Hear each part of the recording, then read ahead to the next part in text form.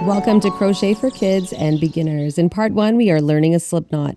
But before we begin, there are two things every beginner crocheter needs. You need bulky yarn, so look for that word bulky or super bulky. You can also look for the number 6 or the number 5. That will indicate that it is nice and chunky and easy to work with. You are also going to get yourself a big hook and get yourself a 10mm hook. Find that number 10 on a hook, and that is the one you should be using. It'll be easier to hold. Speaking of holding, there are 2 common ways to hold a crochet hook.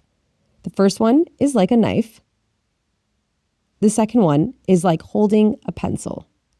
So you can decide which one is best for you. Holding it like a knife or holding it like a pencil. Now we're going to put our hook away and get right to the lesson. Here is how you make a slip knot. You're going to get 10 to 12 inches of your yarn.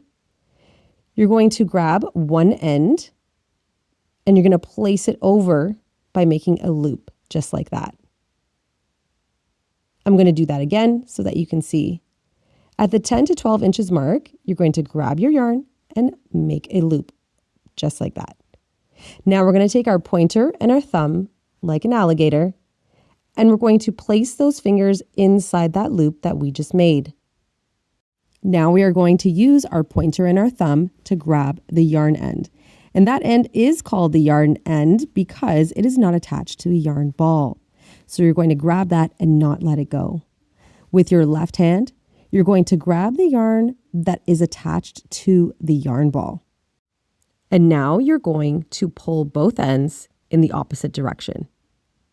Just like that. And that's how you make a slip knot. This is the beginning of every single crochet project you're going to make. Now, if you don't like your slip knot, it's very easy to take it apart, just like that.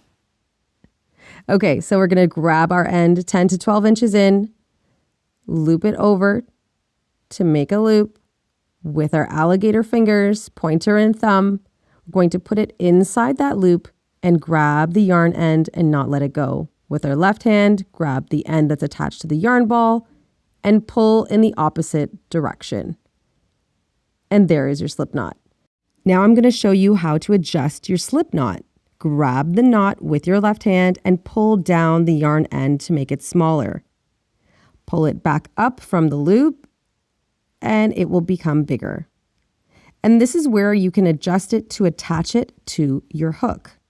So if you want to grab your hook, insert it inside your slip knot, and with the same right hand, hold on to that yarn and pull the yarn end to make it tight onto your hook. And that is how you attach it to your hook and ready to crochet your first project. If you want to remove it, just pull it up and remove your hook. Now let's recap on how to do a slip knot. Grab 10 to 12 inches in, make a loop like this. With your alligator fingers, you're going to put it inside the loop, grab that yarn end, do not let it go. With your left hand, grab the other end and pull in the opposite direction, and there is your slip knot.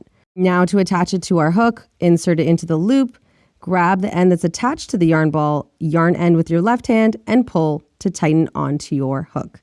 And there you have it. You are now ready to crochet. Make sure to watch part 2 where I teach you how to chain, which is the second step in any crochet project.